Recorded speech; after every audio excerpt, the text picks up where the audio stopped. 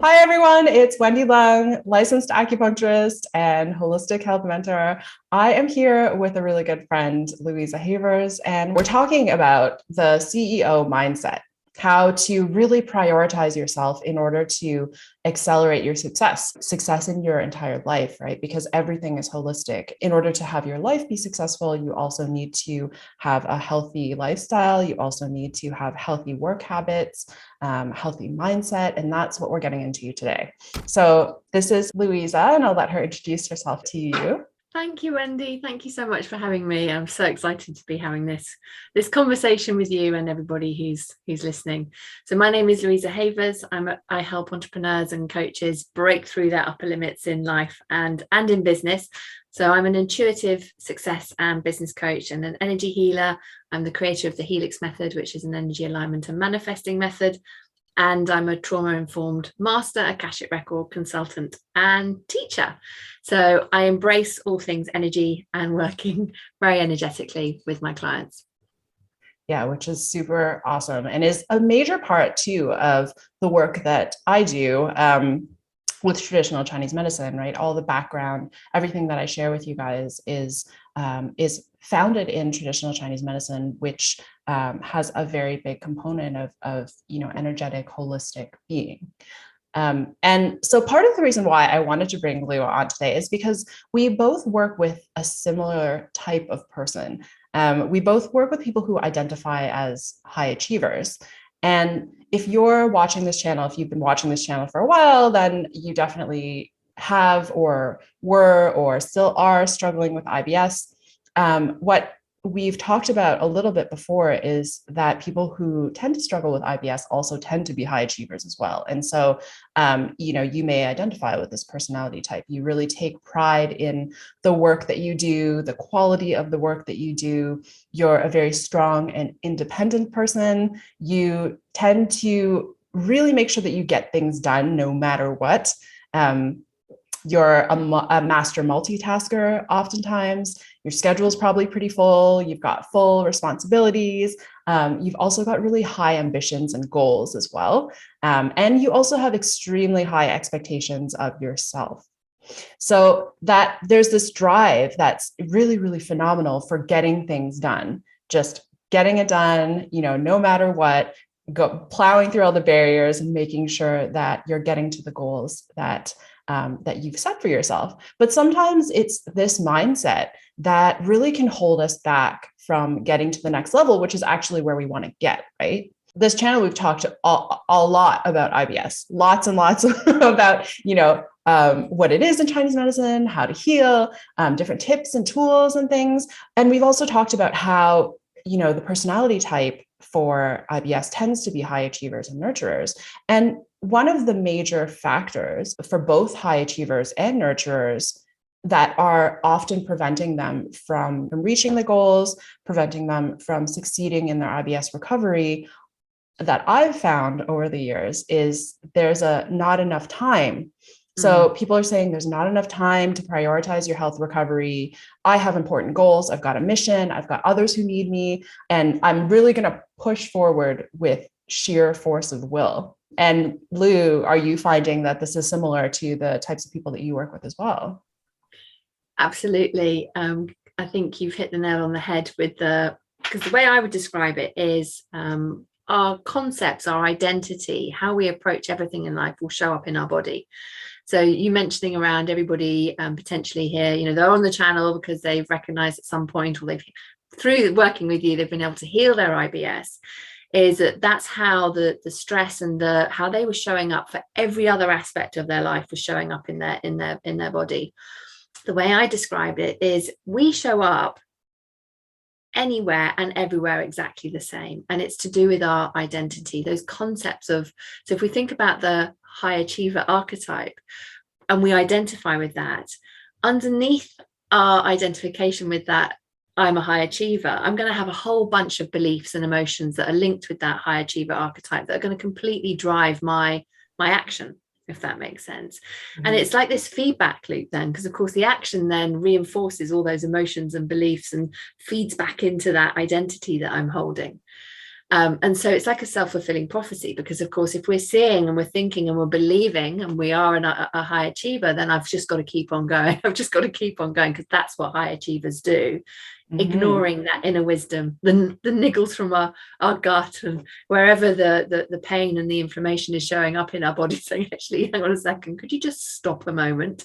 Where it's, imagine if as high achievers we are able to, and this is the work that I do with my clients as well, is changing that identity. Imagine if the identity and the archetype of a high achiever included that nurturing aspect. Actually, that's what we recognize as high achievers put themselves first. They take care of themselves first, not in a selfish, as a detriment to other persons, way, but actually I take care of myself so I can take care of others. Does that make sense? Yeah. And I think that's the part that's missing as well, is that for people who identify as high achievers and people who identify as nurturers as well, right? Those who take care of the communities around them, the one thing that is missing is self-nurturing and self-care. And we live so much in our brains and in our thoughts, and it's the thinking part that really leads when it's the high achieving personality. And sometimes we need to actually reintegrate into our bodies. And so that's why, when you're pushing through some of the health struggles, it's almost like you shut down that connection, the brain body connection, and you're missing that. And eventually that becomes exhaustion, right? Because your body can only support you for so long.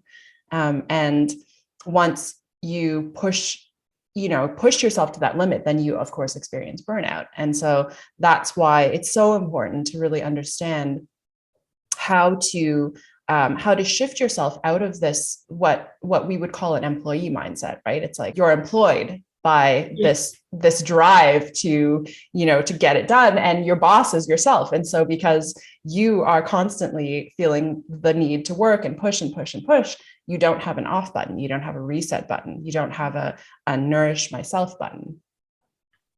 That's so true. And I did the burnout thing. I've got me too. Got that t-shirt. And so I completely resonate with what you're saying here. Was I went from doing that whole wearing masks. I see them as like I had a busy mask. I felt like I was being really successful because I was so busy, if that makes sense. But actually not having any time to then really take pause of what I wanted in life. What did I really think about things?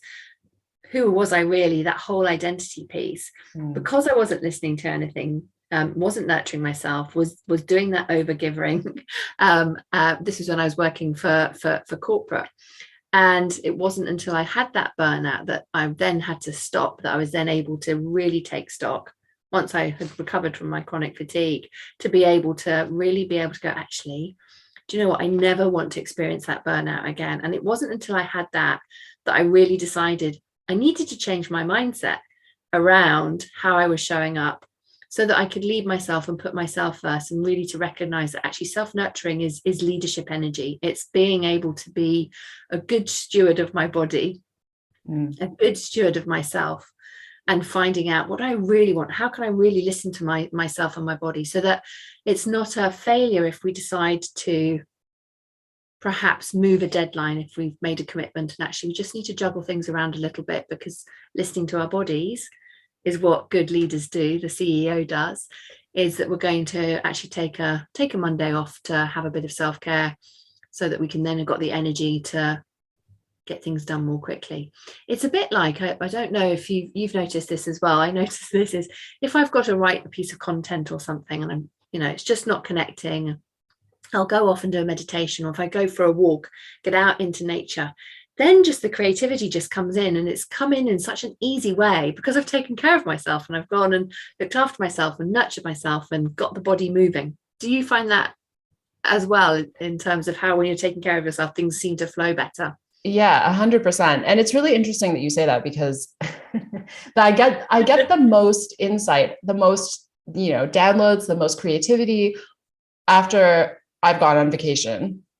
and I think this is one of the markers as well of of high achievers as well, is that like when you don't take time for yourself, you kind of see vacation time as the only time that is the restful time, right? And especially in the past few years where we haven't been able to get out much, we haven't been able to travel much, and so a lot of people haven't actually taken that time because they're like, okay, well, I'm working from home or I can't go anywhere anyway, so I'm going to bank that vacation time. I'm not going to take that time for myself, and then that ends up just still dragging out your energy even more, and then you feel even more depleted as well. But yeah, definitely just taking those small breaks, like you said, walking away from it, going and connecting with nature, or, even going, talking to friends, like, getting a different perspective, stepping out of that work mentality, stepping out of the workhorse brain, and essentially kind of closing the door on your office for a little bit, and just going and living life is so important.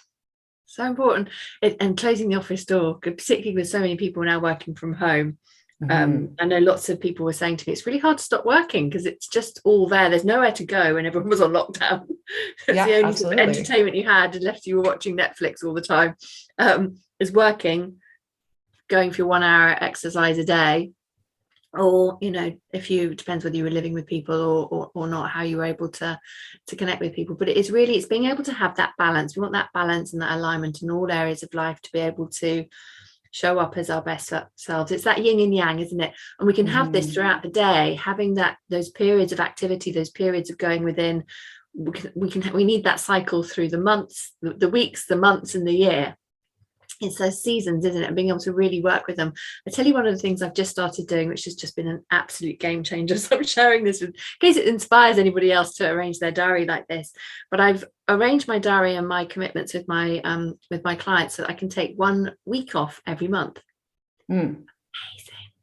So it works so well for my energy. So I'm in that outward yang energy, delivering services to my clients. And then once a month, I've got that space to either take as a week's holiday, or for going within, creating content, being in that nurturing space, and that just has really helped with the rhythm and the balance for me. And everybody's working with their rhythms is going to be slightly different, isn't it?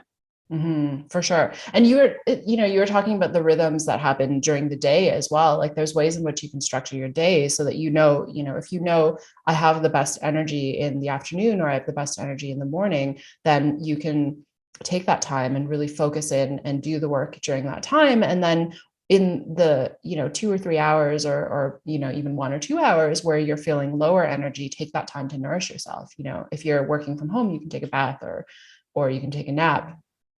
Or you can play with your kids, or, I know that doesn't necessarily always restore, but you can sort of go into a different part of your life rather than constantly kind of being it's in workaholic mode, really, is like, what we're talking about.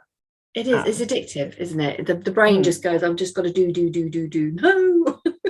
Yeah. And if we really want to be in that leadership energy, shifting into that CEO mindset, it really is about embodying who we are, embodying the identity of the CEO, so that we can we'll be more magnetic in my language, and be able to attract more and be in a space where we're actually doing less, because it can be that busy work that just ends up being unproductive. I know that I can get things done much more quickly when I've actually had a break and drag it out if I haven't had a break, and then it just takes longer and you're like, why am I doing this? Yeah, 100%. Workaholic beast.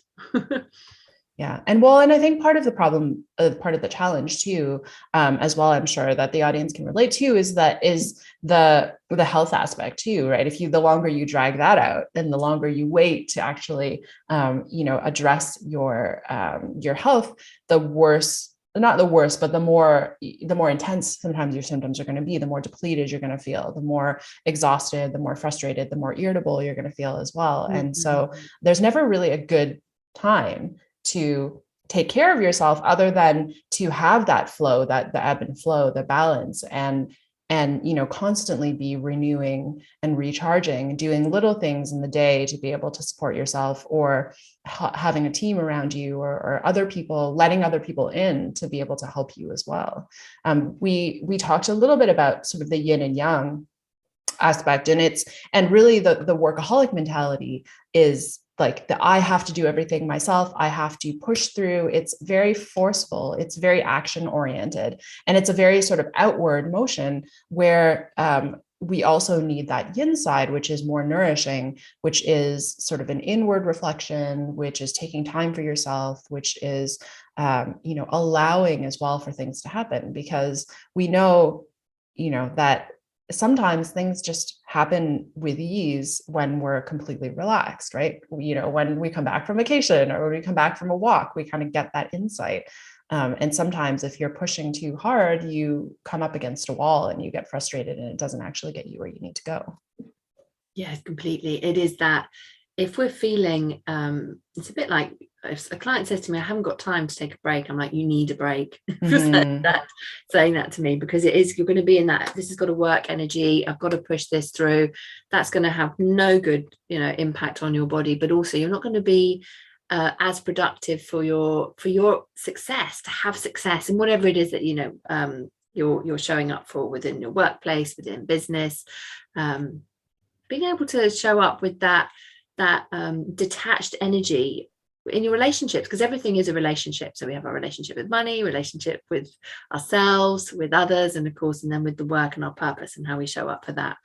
And wherever we've got that, I've just got to keep going energy, is just going to have that, we're just going to not have the results that we want to have. It's like you're losing traction eventually, right? Like you start running in place and you're like, no matter how much work I do, I still just like, I can't get very far because I'm so exhausted. I don't have that energy and I'm running on fumes. And yet your brain is still telling you, no, you have to keep going. You have to keep going. Yeah. And so we're here to tell you, no, actually take that time to stop. Yes. Take a breath.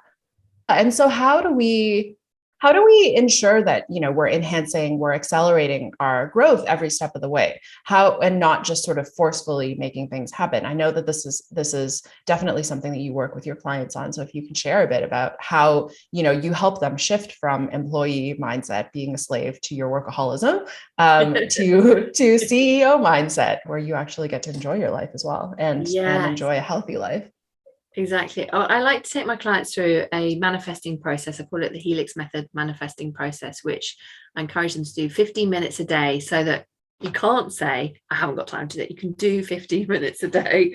And so that you're really building up that consistency around taking 15 minutes for yourself, for your development and for your self-leadership, and being able to really connect in with what you desire. So the process we have is connecting in with your higher self, so that you're just taking a moment just to come together with all levels of your consciousness, to then think about the identity of the you who already has what you desire. So that it's like you're connecting in with your future self. So you're thinking about, well, so what beliefs, what emotions, what characteristics does that person have? So if the future you takes, Mondays and Fridays off, for example, what are those beliefs that they're embodying for them to enable themselves to allow that? They might be believing, well, my self-care is really important to me. It's my number one priority. So we want to start imprinting that belief so that you actually believe it. It's not like, that's a lie. You're not having that disconnect. And so we do inner rewiring and outer rewiring, I call it, programming on your mindset, on your heart energy, so that you can really start to embody that. And then the other part of the technique is what I call living in the energy of the question. So it's asking yourself questions, because then you're going to receive the answer, but you're asking yourself questions from the place of already having it. So it's like a curiosity, like asking the question from a place of awe and wonder, like, why have I got this amazing new house, or why have I just created X, Y, and Z, and really allowing yourself to feel into what that feels like. And we were talking about inspired ideas coming through earlier, because when you ask questions from that energy, you do get such inspiration, and it's the right inspiration, the right action to take. And what I found with my clients is, when you just do those 15 minutes a day, you start to really awaken the bridge of synchronicities, I call it, where these opportunities and ideas come to you. And when you follow those that may emerge and evolve, so they're not in your fixed plan, it helps you to have those quantum leaps, and you start to see bigger shifts in life. So it's being able to create from the space of the identity of, you've already done it, it's already here. And just doing that for 15 minutes a day completely shifts how you approach the rest of the day.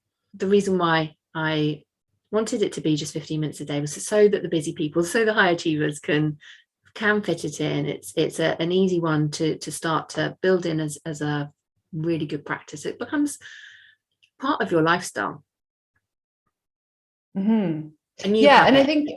I think there's a really good gems in there from what you were saying. One of them is, of course, like taking regular time in your day, like having a daily routine where you tap back in. You're talking about, tapping into your higher self, also tapping back right through from your mind into your body as well, and being able to reintegrate yourself so that you're not just living in your brain, you're not just living in your thoughts, and you're coming back to sort of understanding like, oh, how do I actually feel right now? Right. That's so important. And so being able to do that on a regular basis, you start to learn a bit more about yourself. That continued process, that continued recognizing that we're on that journey of self-awareness, self-evolution, so that we can continually build and grow to that next highest level version of ourselves. Mm-hmm. Yeah. And I think the other component that's really interesting that you touched on is being able to reflect on who we want to be. So often we're kind of stuck in the doing that we don't also reevaluate. I mean, sometimes people reevaluate at the beginning of the year. What do I want to set for my intentions for the beginning of the year? But actually what we should be doing is consistently reviewing and seeing like, who do I want to become? Who do I want to embody? What qualities do I want to embody? As at the same time as what do I want to achieve as well, right? And when we take a look at that future self, a lot of people who are struggling with IBS or who have struggled with IBS, like, usually one of the measures is like, I just want to be better. And so when you look at that, when you look at those goals as well, then you think, okay, well, what am I doing to support that goal? And it kind of helps you reset your brain to, oh yeah, not only did I want to, build for entrepreneurs, build a, successful business or start a family or whatever, but also, I want to be healthy and I want to be healthy for the foreseeable future. And so when we go back and reevaluate ourselves and who we envision ourselves to be in the future, the near future or the distant future, sometimes it comes back to say, oh, okay, we're maybe not doing the right things right now in the present that could support that future us. Yeah, exactly. It's that consistency piece. Yeah. Being able to just keep moving the needle, so you're just getting closer and closer on track, and not allowing yourself to go, I thought I was going in the right direction. Whoops, I've done no reviewing.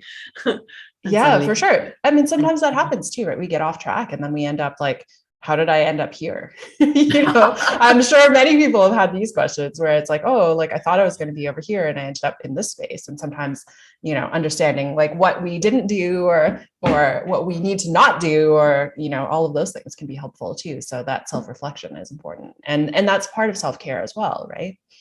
Yes, that hindsight. Mm-hmm. And I find it is so important as well, being able to recognize how you can take yourself out of the game. One of the things I like to do, this is from the business coaching side of things, but encouraging my clients to have like monthly check-ins with themselves from a CEO perspective, where they're looking at their figures, as well as the softer side of things about how they're feeling, the skill development and all those wonderful things.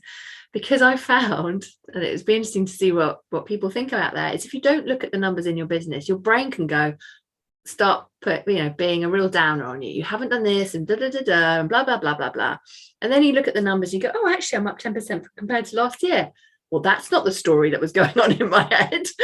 Yeah, absolutely. Well, and this happens as well with my health clients too, is that oftentimes you forget as you're getting better, you tend to forget how bad you were before when you first started. And so, you may feel like you're not making progress, but because it's gradual, because, the shifts have happened sort of over time, you have forgotten that oh my gosh, I don't have, these stabbing headaches that I did like every day or every 5 days or whatever it was. Like now I've only experienced it once in the past month. Or, hey, I'm not having, extreme bloating anymore. Like every time I wake up or go out the door. Like I only really noticed it like today because I ate this one thing. And it's that sort of that self-reflection to know, hey, I'm making progress, and then celebrating that you're making progress as well, right? It's really important to celebrate our successes while along the way. And I think that's part of the CEO mindset too, is to acknowledge, hey, I've progressed and there's growth, and congratulate yourself as well and feel good about it. Yes, I love celebrating. I just think it's one of the most important things, because it honors the growth.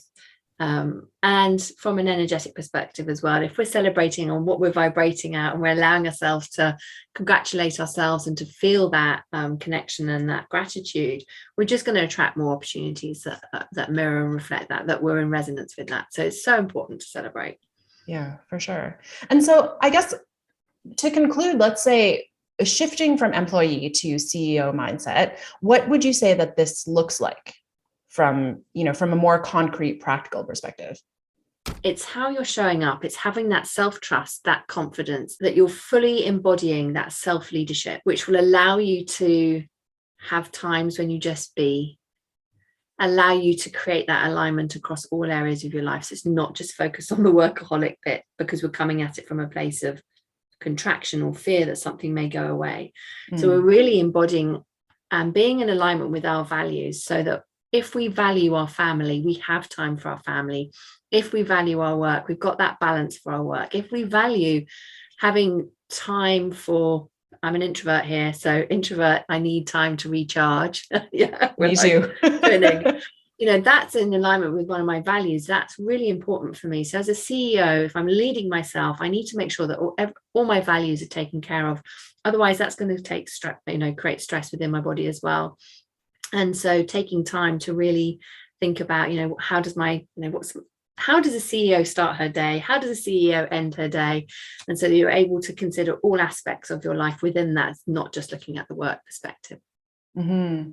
Yeah. And I would say, going back to what we talked about earlier, is just balancing and finding that yin time, finding that self-care time, the reflection, the meditation, the doing nothing, right? We often feel like doing nothing is a waste of time, but it actually is allowing us to get out of the sympathetic fight or flight mode into rest and digest. And that's where we need to be in order to restore our bodies, right? So like Lou said, taking 15 minutes to do a little bit of self-care work every day. It's manageable. You can find that time to be able to do that with consistency.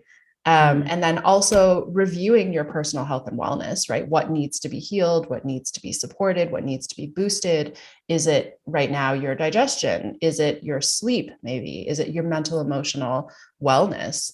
Or is it your energy level? What is there that you need to focus on from a healthcare perspective that can boost your energy level, that can help support you and all your future goals and becoming your future self? Because without your body, this is where we live right now. And so if you're not taking care of your body, then eventually you will get to a point where you can't move forward with the rest of your goals either. And then as well, building in support too, right? Being able to delegate to employees if that's available to you. And if it's not, think about how to make that possible if you're an entrepreneur, right? We don't want to be our own employee forever. We want to be able to have people around us that support. And sometimes, if it's not a business perspective, sometimes it's a family perspective, right? Having your family be able to support you too. Do you have children who are at an age where they can start to help you around the house or help you with certain tasks that you don't need to be doing for them anymore? Do you have a partner who can support you, who can take care of some of the responsibilities that you have been taking on yourself because you've felt like, either, oh, I could do them, or I can do them better, or I'm more efficient, or whatever it is, just allowing for other people to help us so that we can take a little bit more space. And then mentorship as well is so important. I think we don't know what we don't know. And so to be able to lean on somebody who can impart some wisdom, who can teach you some new skills, who can, support you as you're supporting other people, is so important as well. So key. I've always got a mentor and a coach that I work with. And as I'm taking my business to that 7-figure mark, we're growing towards that. I was like, I have to have that one-to-one support. So I invested in one-to-one coaching for myself, because I was like, I need somewhere where I can go so that I can, remove my blind spots, etc. So that I've got that full support, so I can show up and be, support my clients and hold that space for them. It's really key, I think, as well. Yeah. I think asking for help too is really, and knowing, where you need the support, and then going and finding that support is definitely part of that CEO mindset, the up-leveling mindset, right? Nobody does it alone. No, absolutely not. As much as like, past me would have thought like, yeah, I can do everything myself. No, nobody does it alone. And, the more that you lean on other people, the more that you trust other people, the more that you open up space to allow for people to help you do things so that you can have time for yourself, the further you'll go in the end, ultimately. Yeah, absolutely. Absolutely. Support is key. And allowing support in, when you're allowing that physical support as well, it does allow in more money, because money is supportive energy too. Yeah. And that's one of the biggest questions I always get asked from people whenever I'm doing the energy work with people, is how do we make more money? And that's, from people that are, high achievers, very successful, already have, amazing, thriving businesses. But of course, it's a byproduct, isn't it, of the impact that you're making, how you're helping people and being able to reach more people. And we can do great things with money, help the world, make it a better place. Yeah, 100%. Okay, so we've talked about getting out of employee mindset into CEO mindset, right? And it's really about continual self-growth. It's about self-awareness and self-evolution and shedding layers as we continue to grow. And also it's about self-care as well, right? Those are the two things that we've figured out here in this conversation. So I wanted to thank Louisa so much for being here, for having this conversation with me. Hopefully it's been helpful for you guys as well. Health is all encompassing. It's holistic. We can't talk about only, your digestion, or only the tools that you can use to support your body. We also need to talk about the circumstances surrounding your life and all of those things as well, because if we don't make certain shifts in those areas, then our health is still going to continue to suffer. So Louisa, where can people find you if they are interested in learning more about what you do? Oh, thank you so much. So we have my website, which is www.louisahavers.com. I'm on Facebook as Louisa Havers, so come and say hi, and also on Instagram as well. And I am on LinkedIn, but I mostly hang out on Facebook. So that's the one that's easiest to find me on.